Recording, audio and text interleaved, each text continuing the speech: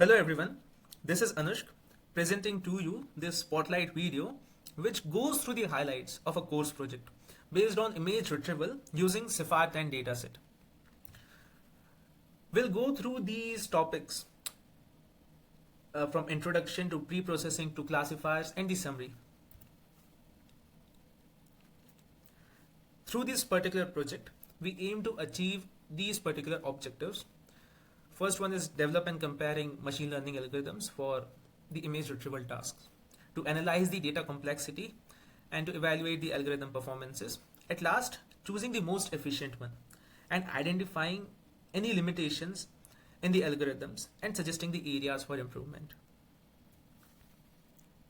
So here comes our data set.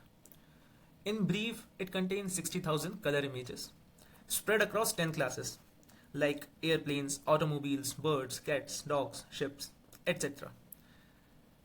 Out of these 60,000 images, 50,000 are used for training purposes, 10,000 for testing purposes. Moving towards the feature extraction, we used the histogram of gradients because it is simple and faster as compared to the CNN features.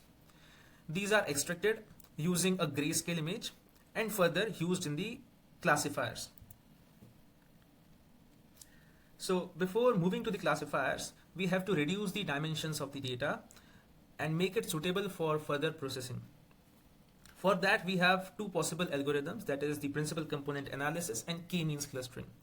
While k-means reduces the data size, the storage space, it does not reduce dimensionality. Rather, PCA, the principal component analysis, helps in reducing the dimensions and decomposing into principal components. Hence, we use principal component analysis. So the classifiers we used are a lot of them, but starting with single layer perceptron and logistic regression. Both of these are having linear decision boundaries. Both have a simple model. While single layer perceptron uses one versus all strategy for handling multiple classes and doing a majority vote. Their strengths and weaknesses are mentioned, and we can see that both perform similar, like in a similar manner. Moving ahead, we have k nearest neighbor and naive based classifiers. Now k nearest neighbor calculates Euclidean distance. It's simple and intuitive but has high computational cost for big datas. The class separation, k-choice, feature quality are the important factors to keep into mind. In naive Bayes, there are various versions of this.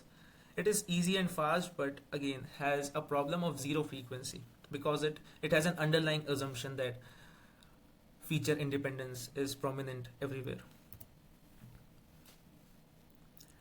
Towards multilayer perceptron, we implemented this using PyTorch and got an accuracy of 58.55%. This can be attributed to the lack of spatial coherence which is required in colored images or the images which we aim to extract. Their strengths and weaknesses are mentioned.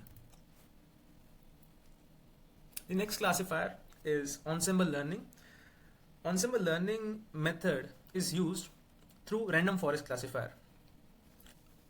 Various strategies have been applied to reduce the overfitting risk, optimize the parameters to make the data interpretable and to achieve high accuracy.